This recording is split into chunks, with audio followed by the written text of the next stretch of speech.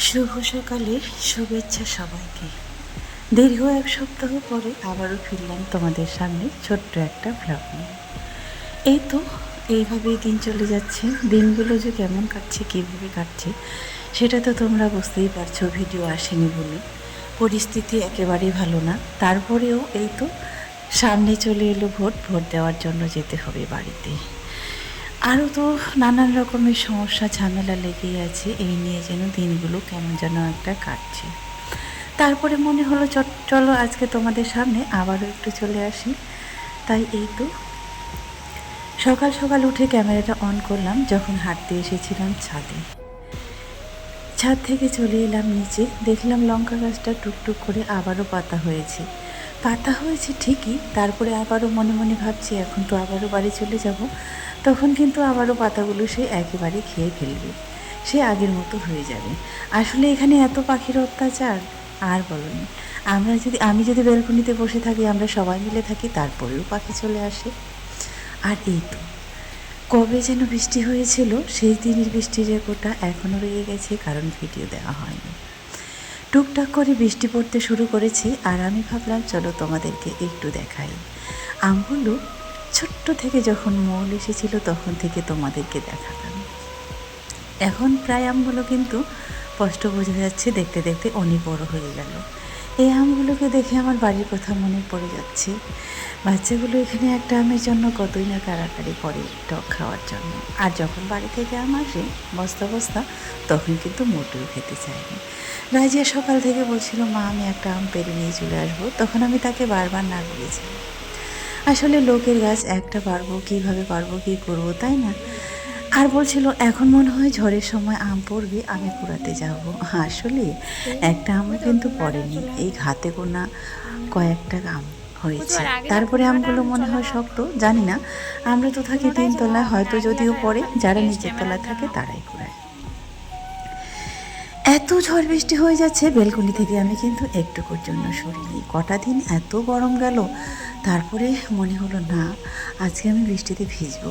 তবে বিশ্বাস করো ভিজতে কিন্তু পারিনি, তবে এত জলটা ঠান্ডা ছিল। তারপরে কিন্তু টুকটাক শীত পড়ছিল, যদিও ভিডিওটা বহুদিনের। তারপরে আমি আজকে ভয়েস ওভার দিয়ে ভাবলাম ঠিকঠাক করে ভিডিওটা কালকে আপলোড দেবো, আজকে রেডি করে রাখবো। তারপরে মনে মনে ভাবছি যাই হোক আজকে রাতে একটু স্বস্তিতে মোদের ঘুমটা অন্তত হবে আমাদের।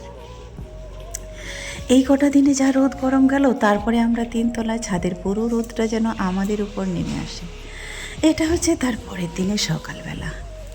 ওই যে বললাম একটু একটু করে ভিডিও করেছি, আর কখন মনে হয়েছে করেছি, আবার কখনো করিনি। তারপরে দেখলাম সব মিলিয়ে একটা ভ্লগ হয়েই যাবে, তাহলে দেওয়াই যাক না কেন।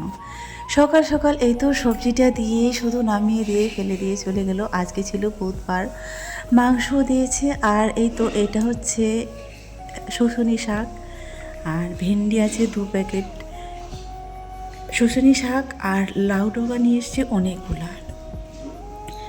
সম্ভবত এগুলো হচ্ছে আড়তে নিয়েছে, কারণ এই যে একটা আটি নিতে গেলেই কিন্তু 15 টাকা 10 টাকা। লাউ শাকের দাম কিন্তু সব সময় একই থাকে। তো যাই হোক লাউ শাক কিনে খাইনি, কারণ কি বলবো, হাসি পাচ্ছে আবার বিবেকও পাচ্ছে। যেই লাউ শাক গ্রামে যখন ছিলাম গরুতে ছাগলে খেত, কেটে পুরো গাছ সহ গরুকে দিয়ে দিতাম, সেটা আজ আমি কিনে খাবো। এই জন্যই বিশ্বাস করো এইটা মনে করে আমি কোনো দিনও এই লাউ শাক কিনে খাইনি। ওই তো যদি যখন নিয়ে আসে আমাদেরকে দেয় তখনই খাই, তার আগে খাই না। তারপরে এই তো বসেছিলাম এখানে, ভাবছি এই লাউ পাতাগুলো শাকগুলো ছাড়িয়ে আর ডাঁটাগুলো কেটে চিকচিকায় ভরে রাখবো। আর এতগুলো এইভাবে রাখলে পরে শুকিয়ে যাবে, এই জন্যই বসে পড়েছি লাউ ডাঁটাগুলো কাটতে। একেবারে তো অনেকগুলো সময় লাগবে, তাই এটা হচ্ছে বিকেলের পর। সকালে কিন্তু আমাদের রান্না বান্না খাওয়া দাওয়া সমস্ত কিছু হয়ে গেছে। এবার বিকেলে ভাবলাম বসে বসে কি করব, এটাই না হয় করি। মাকে বললাম, মাও হচ্ছে শাকটা ছাড়িয়ে দিচ্ছে আর আমি ডাঁটাটা কেটে নিচ্ছি। বসে বসে সময়টা পার হয়ে যাবে, শাকটাও কাটা হয়ে যাবে। আসলে এই সময়টা বাড়িতে থাকলে, গ্রামের বাড়িতে থাকলে কতই না কাজ থাকে, কাজের শেষ থাকে না। আর এখানে রান্না বাড়া খাওয়া টিউশন নিয়ে ব্যাস যে সময়টা যে দিনটা বাড়িতে থাকি সেই দিনটা কিন্তু পুরোই কিন্তু কাটে না, কিভাবে কাটে সেটা বুঝতেই পারি। আর পড়াতে গেলে তো যাই হোক কোনোভাবেই সময়টা কেটে যায়, আর সময়ে আমি নিজেকে সময় দেওয়ারই সময় পাই না। হ্যাঁ, জীবনে কিন্তু প্রত্যেকটা মানুষই ব্যস্ততা থাকাই ভালো।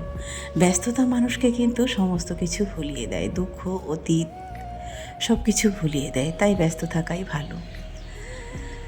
এই তো বৃষ্টিটা সমস্ত কিছু শেষ হয়ে অনেক আগেই এসেছি। তারপরে চলে এলাম ছাদে। এই 6টার দিকে ছাদে এসে দেখছি যেন আবারও এক ঝলক রোদ, রোদের পরে যেন কি বলবো কোনো দিকে যেন তাকানো যাচ্ছে না। ছাদের উপরে দাঁড়ালে পুরো মেদিনীপুর শহর দেখা যায়, আর এইদিকে ধর্মা পর্যন্ত উপরে থাকে। তো তারপরে ভাবলাম চলো একটু ছাদ থেকে ঘুরে আসি, এই বলে চলে এলাম। শুধু ফোটা শুরু করেছে, তো চলো নিচে যাই। বিকেলবেলা আর সকালবেলা দুটো টাইমে আমার হাঁটাহাঁটি হয়, এটা মোটামুটি প্রায় তোমাদের বলি কিংবা দেখাই। তো চলো এবারে সমস্ত কাজ কমপ্লিট, কাপড় ছিল কিছু সেটাও তুলে নিয়ে চলে এলাম, আর একটু হাঁটাও হলো। ওই কাপড়ের উদ্দেশ্য করে আসলে একটু হাঁটা হয়ে যায়। আর সকালবেলা তো 5টার সময় আমি ইচ্ছে করে হাঁটতে চলে আসি, মোটামুটি 1 থেকে 1.5 ঘন্টা হাঁটা হয়, তারপরে আবার নিচে চলে এসেছি। যাই হোক, করিয়ে কারিয়ে সব মিলে একটা ব্লগ তৈরি করলাম। ইচ্ছে করি আর বলি যে প্রায় প্রতিদিনই ভিডিও দেব, কিন্তু ভিউজের যা অবস্থা মনে হয় না যে ভিডিও করি আর ভিডিও আপলোড দিই। জানি না এভাবে কতদিন চলবে।